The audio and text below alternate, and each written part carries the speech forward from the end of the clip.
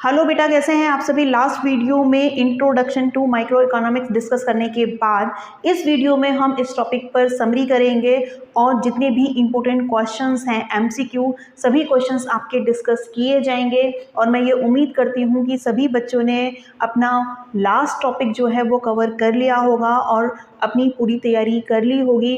तो आपके लिए दो क्वेश्चंस यहाँ मैं आपको देती हूँ। Question number 1, price theory refers to, यानी कि कीमत सिद्धांत आपका कौन सी इकोनॉमिक ब्रांच को दर्शाता है। Question number 2, dash help in analysing the reason for economic fluctuations and provide remedies. It's means economy में होने वाले फ्लक्चुएशंस यानी कि जो आर्थिक उतार चढ़ाव हैं उनके कारणों का एनालिसिस कौन सी ब्रांच में किया जाता है और रेमेडीज प्रोवाइड की जाती है। तो ये दो क्वेश्चन आप लोगों के लिए हैं। कमेंट बॉक्स में इनके आंसर जरूर लिख के भेजिएगा और उससे पहले हम अपना जो समरी है वो डिस्कस कर लेते हैं।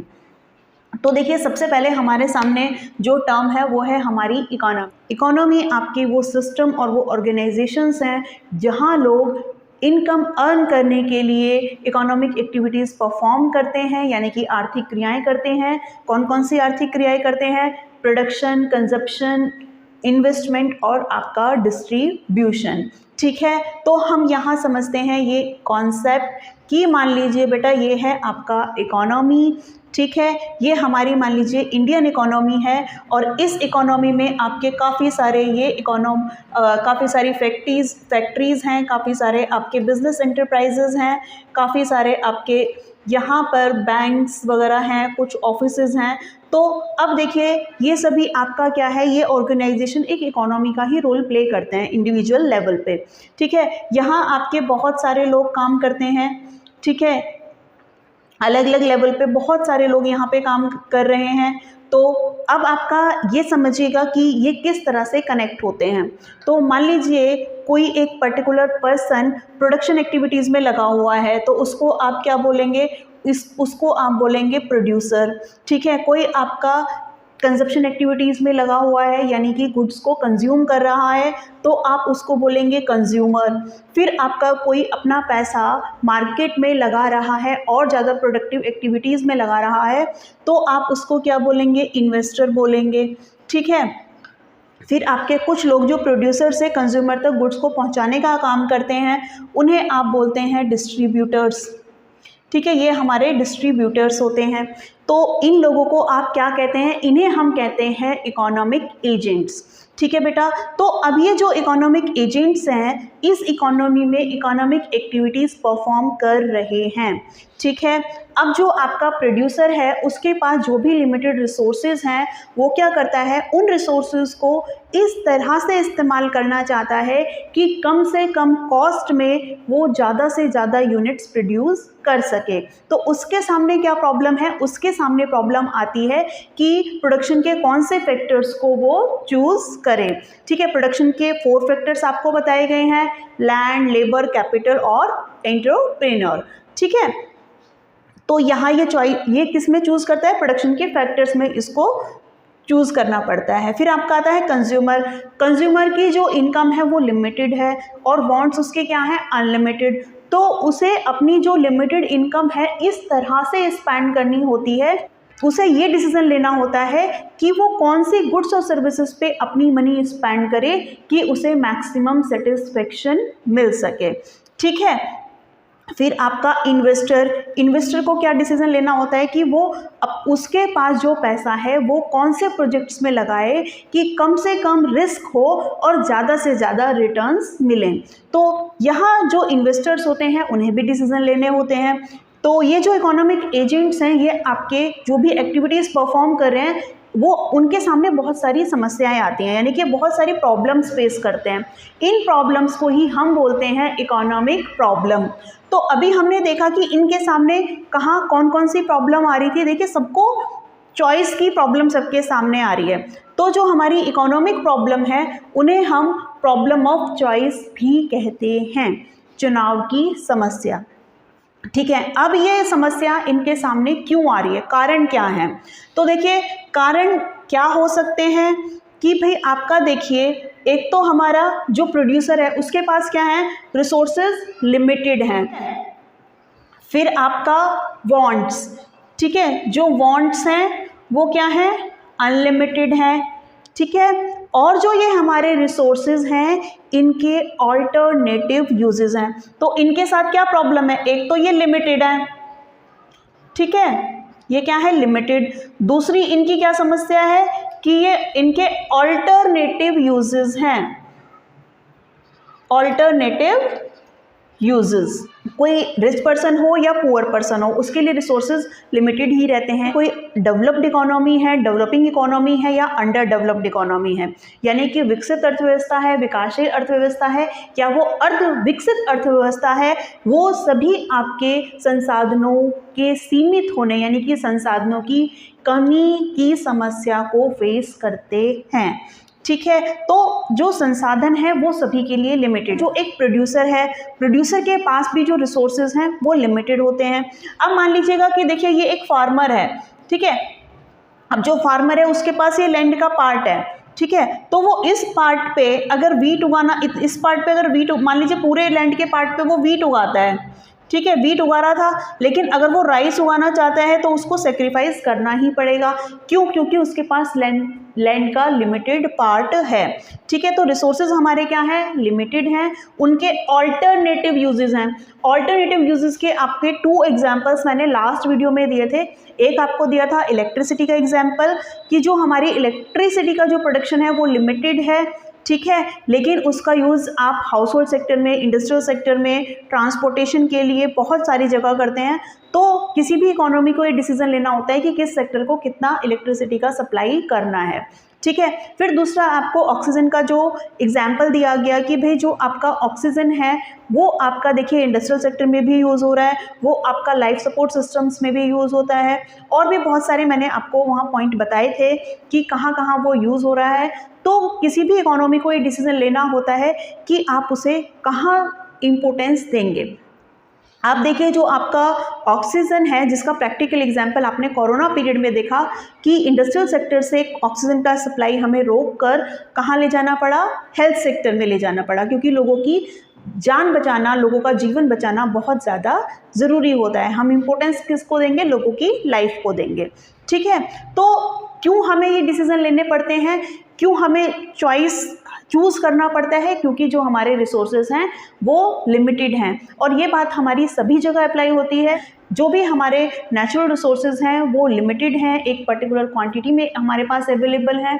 उनके लिए वो अलग बात है कि हम रिसर्च करते रहते हैं और नए नए जो हमारे रिसोर्सेज हैं उनकी खोज करते रहते हैं, लेकिन जो उनकी अवेलेबिलिटी है वो लिमिटेड ही है। तो हम किसी भी फैक्ट्री या मशीनरी से उन्हें नहीं बना सकते हैं, तो हमें क्या करना चाहिए, हमें उनको वेस्ट नहीं करना चाहिए, उनका एफिशिएंटली यूज़ करना चाहिए। इकोनॉमिक प्रॉब्लम के जो रीज़न हैं, रिसोर्सेज आपके क्या हैं, लिमिटेड हैं, वांट्स आपकी क्या हैं, अनलिमिटेड हैं। तो हमारे सामने कौन कौन सी बातें आती हैं, रिसोर्सेज लिमिटेड हैं, उनके ऑल्टरनेटिव यूजेस हैं। दूसरी बात आपका जो वांट्स हैं वो अनलिमिटेड हैं। ये हमारे 3 रीज़न हैं जिनकी वजह से इकोनॉमिक प्रॉब्लम्स को हम फेस करते हैं, ठीक है। अब हमारी जो इकोनॉमिक प्रॉब्लम है मेन आपकी हम जो स्टडी करेंगे सेंट्रल इकोनॉमिक प्रॉब्लम, केंद्रीय समस्याएं, जो इस तरह से हमारी जो इकोनॉमी है उसे निगलना चाहती हैं, तो हमें उनका सॉल्यूशन ढूंढना है। जो आपकी इकोनॉमिक प्रॉब्लम है, देखिए बेटा ये है हमारी एलोकेशन ऑफ रिसोर्सेज, फिर आपकी है fuller and efficiently utilization of resources, फिर आपका है ग्रोथ ऑफ रिसोर्सेज। तो ये सभी हमने लास्ट वीडियो में टॉपिक पढ़ लिया था।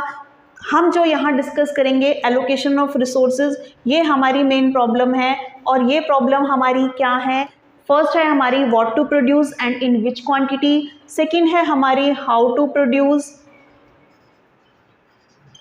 थर्ड है हमारी for whom to produce, for whom to produce.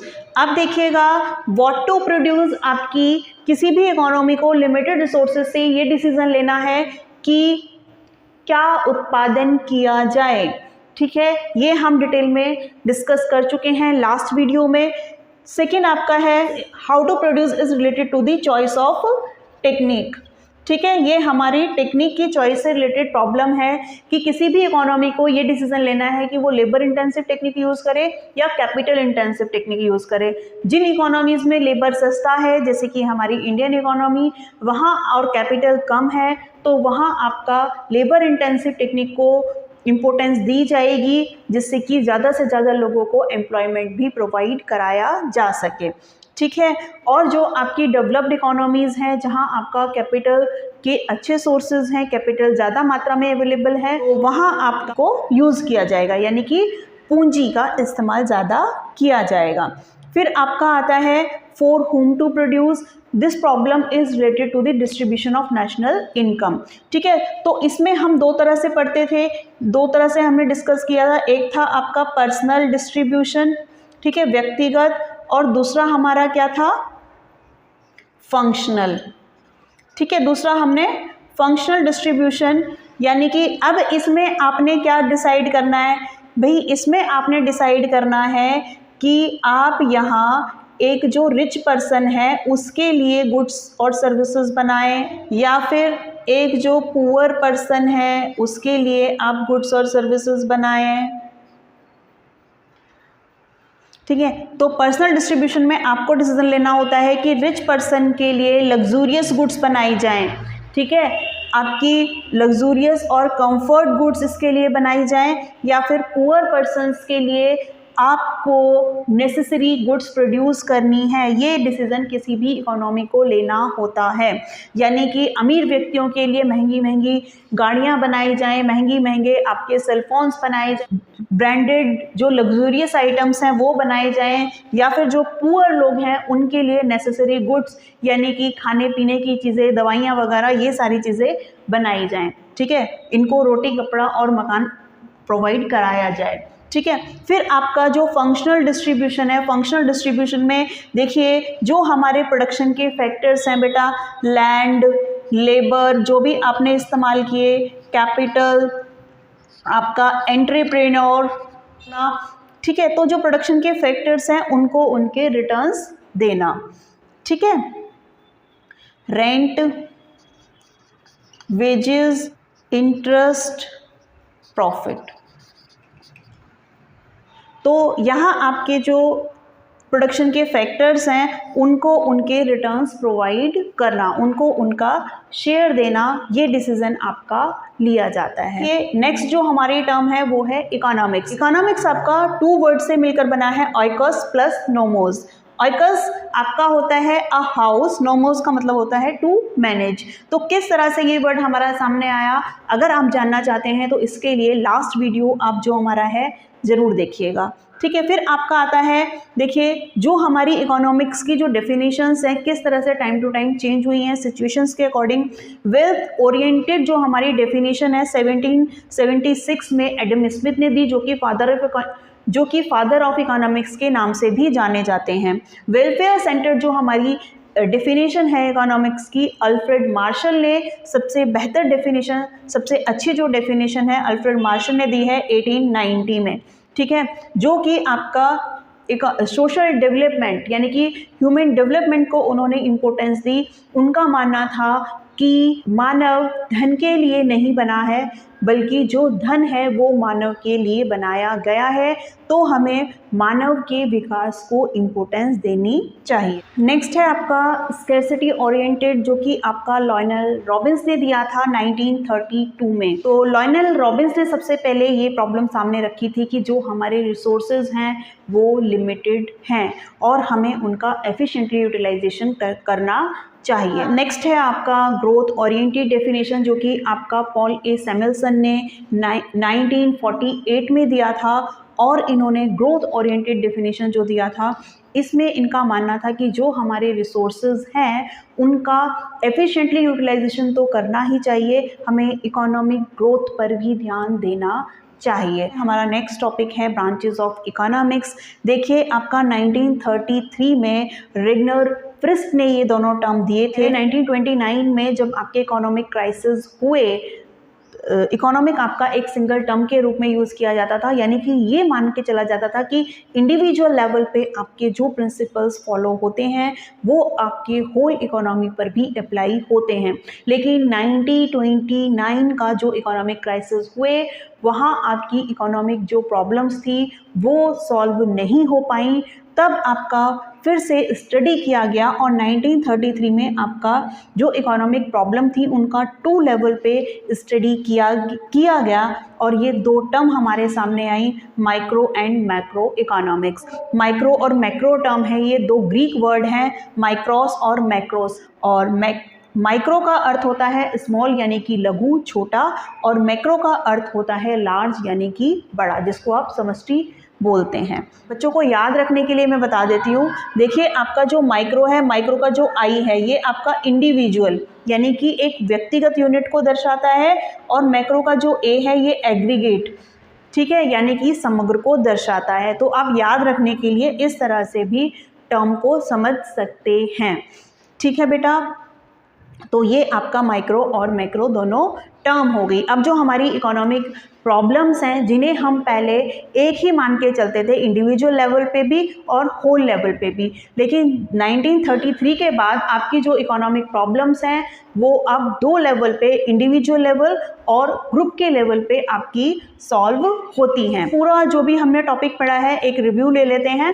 तो देखिए बेटा, इसमें आपका देखिए हमारी जो इकोनॉमी क्या है, इकोनॉमी में आप, मैं और हम सब किसी ना किसी फॉर्म में लाइक करते हैं। तो जब हम प्रोडक्शन एक्टिविटीज़ में लगे हुए हैं तो हम प्रोड्यूसर हैं, जब हम गुड्स को कंज्यूम कर रहे हैं तो हम कंज्यूमर हैं, जब हम अपना पैसा प्रोडक्टिव एक्टिविटीज़ में, प्रोडक्शन एक्टिविटीज़ में लगा रहे हैं तो हम इन्वेस्टर हैं, ठीक है। और भी बहुत सारी हम इकोनॉमिक एक्टिविटीज़ परफॉर्म कर रहे हैं और बहुत सारी इकोनॉमिक प्रॉब्लम यानी कि आर्थिक समस्याओं को फेस कर रहे हैं। अब जो ये प्रॉब्लम है इनको आप इंडिविजुअल लेवल पे यानी कि एक व्यक्ति के लेवल पे या फिर होल ग्रुप यानी कि संपूर्ण अर्थव्यवस्था के लेवल पे आप इन्हें डिस्कस करते हैं माइक्रो और मैक्रो में, ठीक है। अब आप देखिएगा कि जो हमारी इकोनॉमी है, इकोनॉमी आपकी 2 टाइप्स की होती है, ओपन इकोनॉमी और क्लोज्ड इकोनॉमी। तो जो आपकी देखिए क्लोज्ड इकोनॉमी होती है आपकी, जिसको आप 2 सेक्टर इकोनॉमी कहते हैं, इसमें हमारा एक होता है हाउस होल्ड सेक्टर, एक हमारा होता है इंडस्ट्रियल सेक्टर या प्रोड्यूसर सेक्टर, ठीक है। ये सब आपका हमने मैक्रो इकोनॉमिक्स की 1 यूनिट में सर्कुलर फ्लो ऑफ इनकम में पढ़ा दिया है, तो आप यहाँ वहाँ उस टॉपिक को कवर कर सकते हैं, ठीक है। यूनिट नंबर 1 मैक्रो इकोनॉमिक्स में, इसमें 2 सेक्टर इकोनॉमी में फाइनेंशियल मार्केट भी आपका आ जाता है, ठीक है। और क्लोज इकोनॉमी में आपका एक सेक्टर बेटा गवर्नमेंट सेक्टर भी होता है, ठीक है।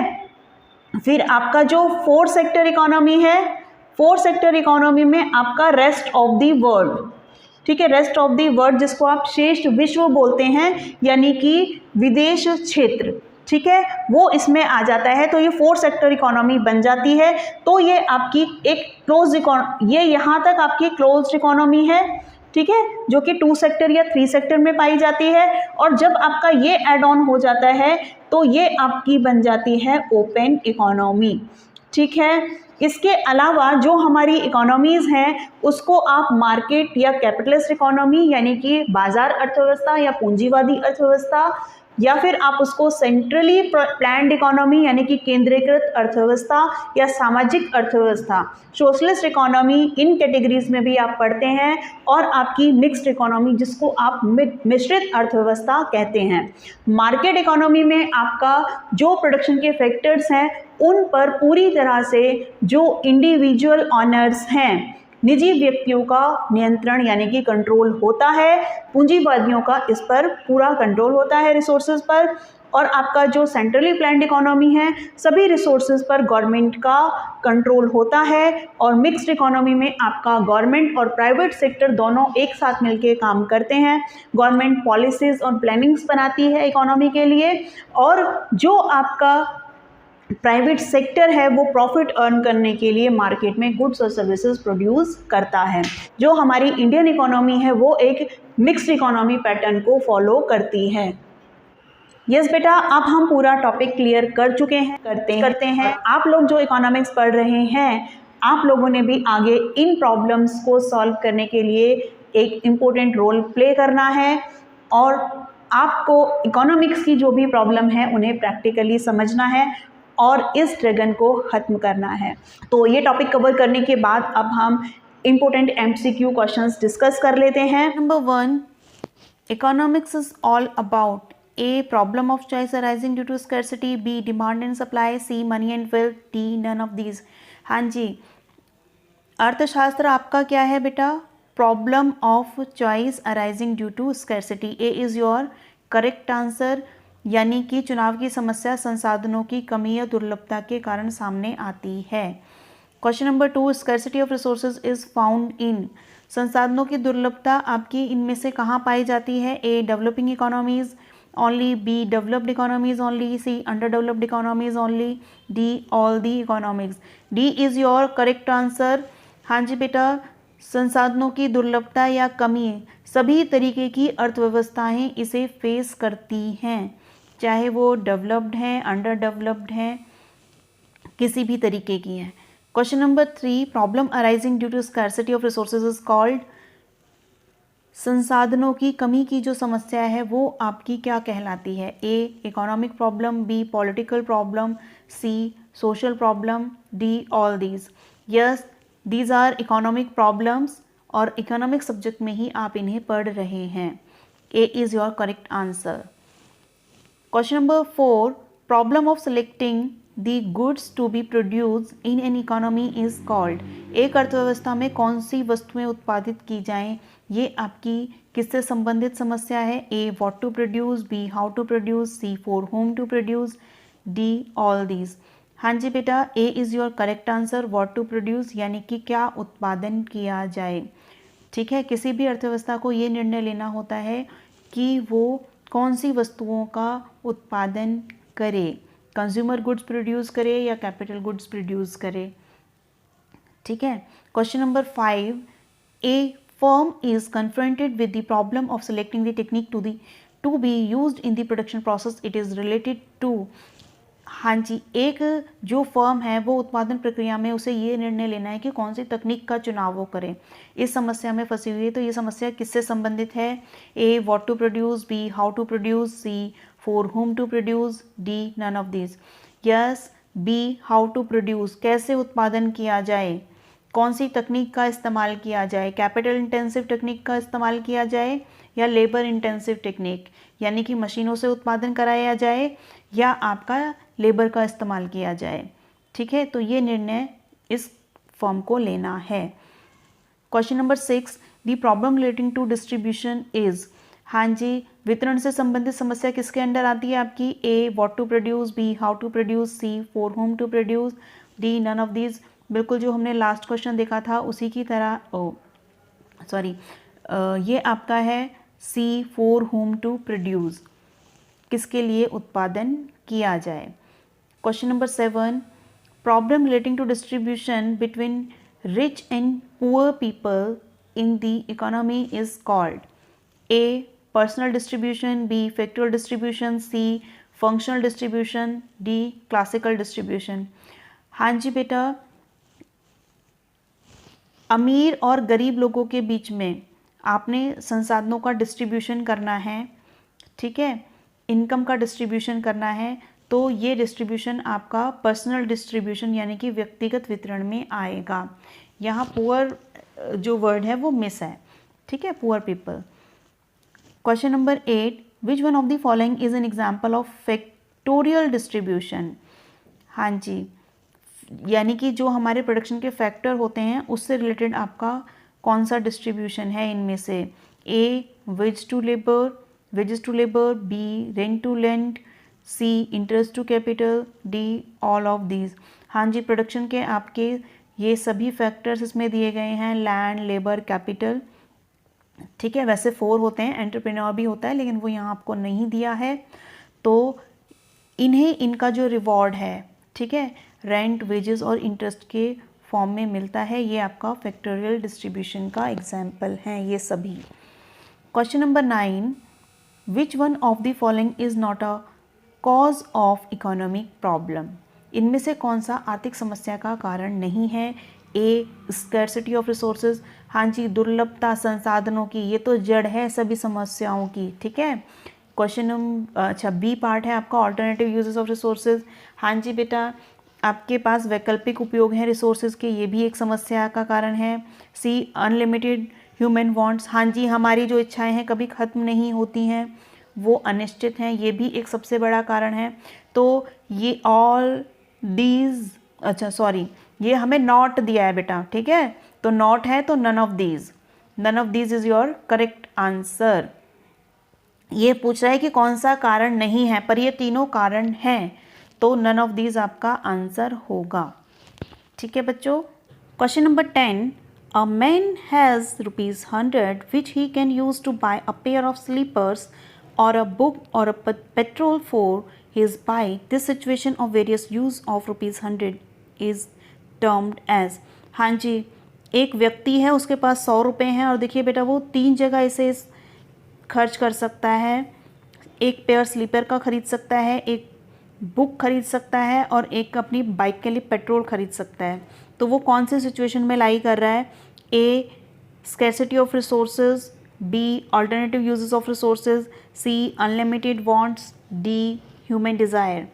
हाँ जी बेटा उस B is your correct answer, alternative uses of resources यानी कि संसाधनों के वैकल्पिक उपयोग। एक 100 रुपीज़ का नोट है और वो उससे कई सारी चीज़ें खरीद सकता है, ठीक है, और जब आपके अल्टरनेटिव यूजेस ऑफ रिसोर्सेज होते हैं तो प्रॉब्लम ऑफ चॉइस आपके सामने आती है, ठीक है। Question number 11, micro economics is also known as, yes बेटा माइक्रो इकोनॉमिक्स व्यष्टि अर्थशास्त्र आपका कीमत सिद्धांत के नाम से जाना जाता है। ए is your correct answer, theory of pricing, यहाँ आपने और कुछ पढ़ने की ज़रूरत है ही नहीं। Question number 12, demand for egg in the whole of India is a subject matter of, हाँ जी बेटा इंडिविजुअल डिमांड, मार्केट डिमांड, किसी भी प्रोडक्ट की इकोनॉमी में आपकी जो डिमांड है, ये टॉपिक आप माइक्रो इकोनॉमिक्स यानी कि व्यष्टि अर्थशास्त्र में पढ़ते हैं। A is your correct answer.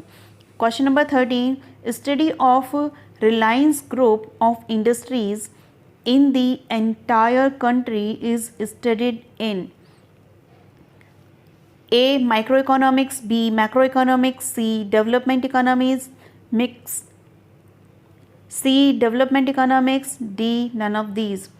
हाँ जी बेटा किसी भी इंडस्ट्री में आपका या किसी भी मार्केट में प्राइस का डिटर्मिनेशन कैसे होता है, ठीक है, ये आप माइक्रो इकोनॉमिक्स यानी कि व्यष्टि अर्थशास्त्र में पढ़ते हैं। A is your correct answer. Question number 14, the book wealth of nation, हाँ जी वेल्थ ऑफ नेशन बेटा ये आपकी एडम स्मिथ ने लिखी है ये बुक, और एडम स्मिथ आपके फादर ऑफ इकोनॉमिक्स के नाम से भी जाने जाते हैं। तो ये क्वेश्चन आपका who is the father of economics इस तरह से भी आ सकता है, ठीक है।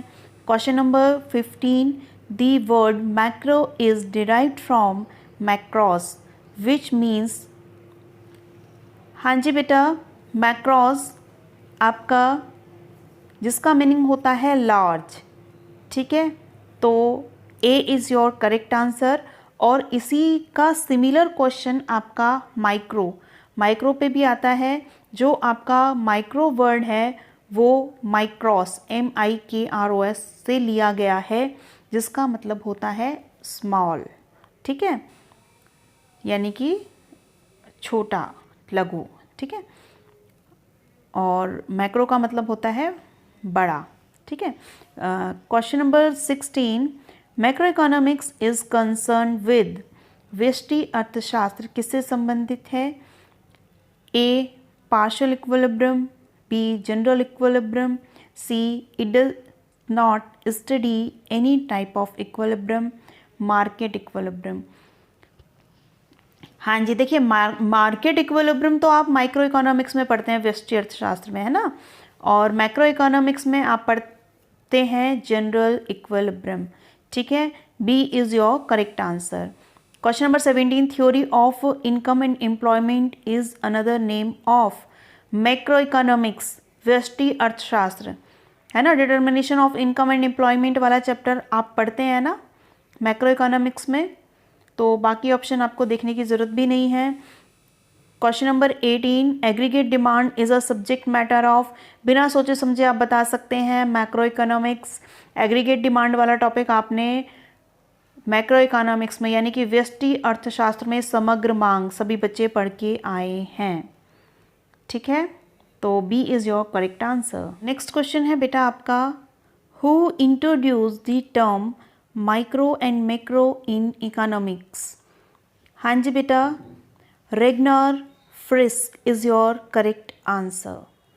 ए इज़ योर करेक्ट आंसर, यानी कि व्यष्टि और समष्टि जो ये टर्म है अर्थशास्त्र में किसने शामिल की हैं, रेगनर फ्रिस्क ने। तो बेटा वीडियो को लाइक कीजिएगा, ज़्यादा से ज़्यादा बच्चों को शेयर कीजिएगा, जिससे कि दूसरे बच्चे भी जो आपके फ्रेंड्स हैं इजीली अपना कंटेंट कवर कर सकें, अपने एग्जाम की प्रिपरेशन कर सकें। चैनल को सब्सक्राइब कीजिएगा, बेल आइकन को प्रेस करना नहीं भूलिएगा। पढ़ते रहो, मेहनत करते रहो, आगे बढ़ते रहो। Okay, bye bye, all the best. Yes बेटा, आप कोई भी बच्चा ये नहीं बोलेगा मुझे एटलीस्ट कि आप हिंदी मीडियम में नहीं बताती हैं। जो भी आपकी मेन इकोनॉमिक्स की टर्म्स हैं उनका हिंदी में मीनिंग ज़रूर एक बार आपको बताया जाए, ये मैं पूरी कोशिश कर रही हूँ।